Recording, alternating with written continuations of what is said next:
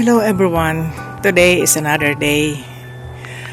Has a nice weather in San Diego and we had been walking around with the dog of my daughter. His name is Kiko.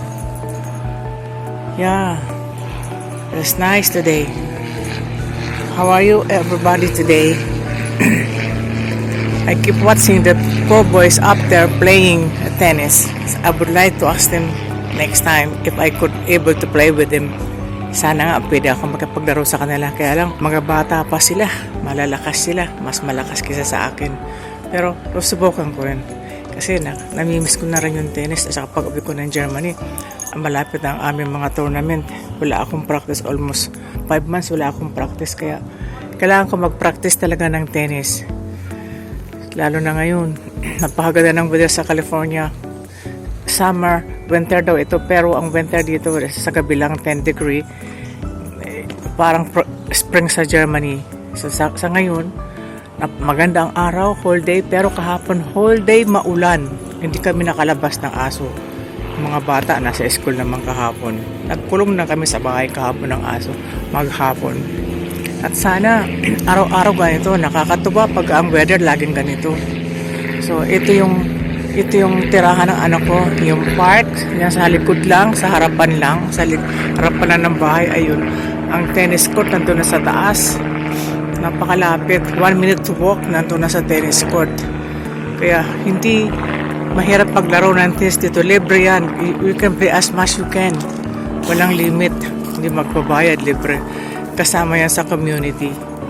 Kaya marami naglalaro dito siguro, kasi they can play as long they want, no limit. Kaya nakakatuwa rin. Nag-iisip na ako kung dito ako lilipas sa California o ano, di ko alam kasi sa weather, namantawa ang weather na to para sa amin ni Billy. Pero palaisipan ko pa nga hanggang sa ngayon, siguro mangupahan na lang kami kesa bumili ng bahay. Kasi nobody knows later on. So kung may property, iisipan pag bibili hanggang sa umalis, pag-iisipan pa. Samantalang kung nangungupahan lang kami, anytime pwede kami umalis na walang responsibility, lipat na lang ulit, balik na lang ulit ng Germany. Yun ang plano namin. Or either sa Philippines. Marami kaming pinaplano na sana lumipat sa ibang lugar manirahan habang kaya pa namin pareho. Pero sa ngayon, magulo pa ang isip ko, di ako makapag-decide kung saan ako talaga gusto kong tumira eh. Nakakatuwa lang. Kaya tama na siguro muna ito, pag-isipan ko mabuti, another 1 year, kung talagang saan ko gustong manirahan. Pero plano kong hindi bumili ng bahay sa ibang lugar. Magre-rent na lang muna kami ng tirahan namin ni Willie. Kung kami pa magkasama ni Willie, kung titignan natin kung ano masyadong maaraw, siguro hindi nyo makita ang mukha ko. Ito, haharap ako sa araw. Pero okay lang siguro madilim. Sorry kung ang camera ko ay masyadong nakakagulo. Mahihirapan kayo nitong manood, nakakahilo. Hindi pa ako nakakabili ng tamang camera para sa pag-vlog eh. Gusto kong bumili pero busy sila, hindi nila ako masaman kung saan, kung bibili ng saan, kung saan kami makakabili.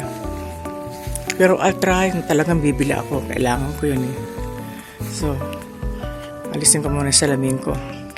So ngayon, medyo okay, nakatulog ng maayos, tapos na yung mga plano kong gawin, nalinisan ko ng kanilang garden, ng backyard, tapos naligpit ko ng kanilang garage, so okay na siguro.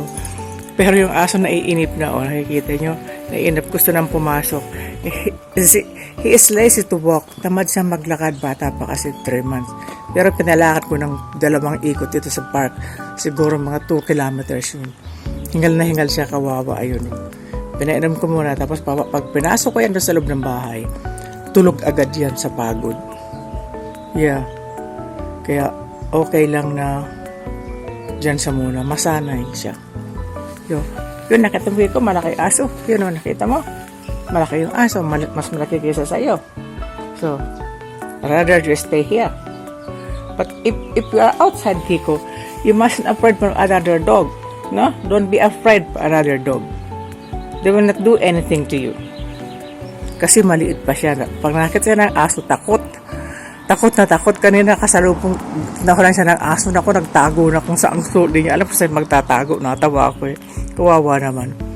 Sabi, ginawa ko sa kanya, hinipo-hipo ko siya, kinausap ko. Yun, nabalik yung kanyang kabuhayan. Sobrang takot niya. So, napakaganda sana kung mahaba ang video ko, pero gusto kong maghaba ng video. Pero minsan, nag-iisip ako paano kaya. So, yeah, I'll try always na maging maganda ang araw ko. At hindi ako naboboring. So, gusto ko talaga maglaro ng tennis. Yung mga siguro narinig yung sigawan ng kabataan. Doon sila naglalaro ng tennis. Ayun, no? Doon, no? Napakalapit lang sa bahay ng anak ko.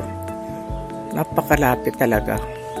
Okay, I think as for now, ito na muna ang masasabi ko sa inyo. Maikling araw na ginawa ko dito sa German. Sa San Diego. Pinagkaabalahan ko sa ngayon at kahapon. Pero kahapon hindi ako nakapag-video kasi madilim sa loob eh. So, susunod naman ulit. Kung sana, panoorin nyo. Bigyan ako ng supporta at mag-subscribe naman kayo kahit ilan lang. Thank you. Have a nice day, everybody. God bless.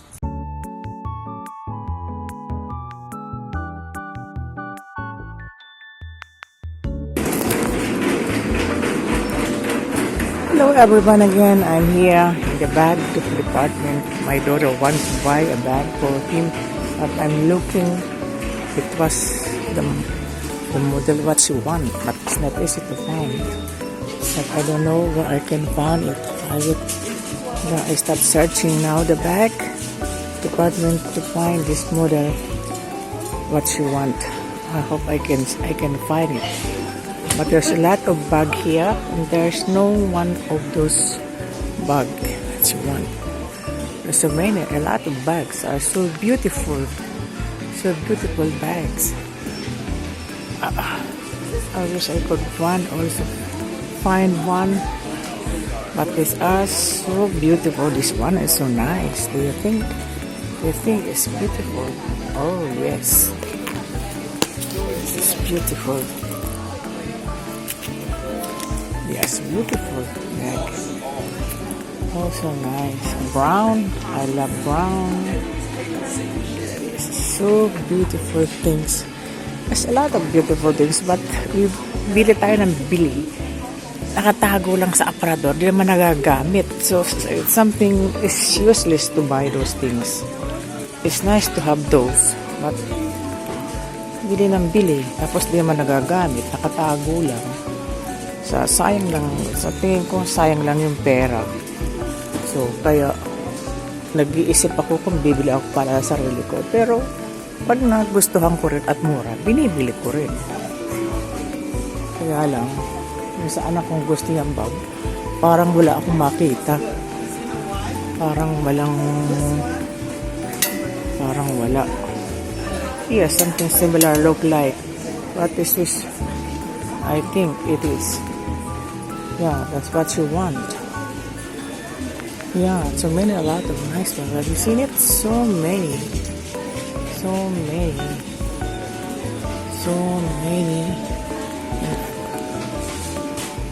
I try to find something. Now anyway, I am now in the Naval base in San Diego. This is just, you can buy here. Makakabili ka dito ng marami kung ano, walang tax. Kaya sasabihin medyo mura kasi walang tax. So, marami na nabili ang anak ko. Nagsha-shopping siya dito ng mga kailangan sa bahay kasi nag-bayad ng tax. Dahil yung manugang ko nasa member ng military. Ayun, nasa Air Force. Kaya dati yung anak ko rin nasa Air Force. Lumabas lang siya dahil sa mga bata. Nahirapan siya. Yeah, they are so cute. Look, the nice bag. They are so beautiful. Sabi ko nga, bibili. Tulad ko sa bahay, tabak yung bag ko, regalo ng mga anak ko. Hindi ko naman nagagamit. Lagi lang nakatago. Kasi gagamitin ko lang kung ay nakikita ng mata ko, yun ang kukunin ko. Siguro hindi lang ako ganun din siguro. Ano pa sa inyo? Kung ano yung madaling gamitin, yun lang ang makukuha. Kaya hindi ako makapag-decide kung ako yung, pero meron ko nakita maganda, mura lang. $23 lang. Siguro biling ko yun. Mura lang. So, maraming, pero nag-iisipan pa rin kasi masyadong sayang ang pera pag bili ng bili. Tapos di naman nakasiksik lang sa sulok. I mean, nakatago sa aparador. Nakatago sa aparador, kaya hindi ko na maganda. But do you think this is nice for my daughter? I think, yeah. Yeah, ito siguro kukunin ko. Hindi ko alam. Kasi similar lang yung ano. Oh, that's nice. Yeah, I think, my daughter is come back. Come back. Okay, for the day today, this is, I think, see you later. Bye.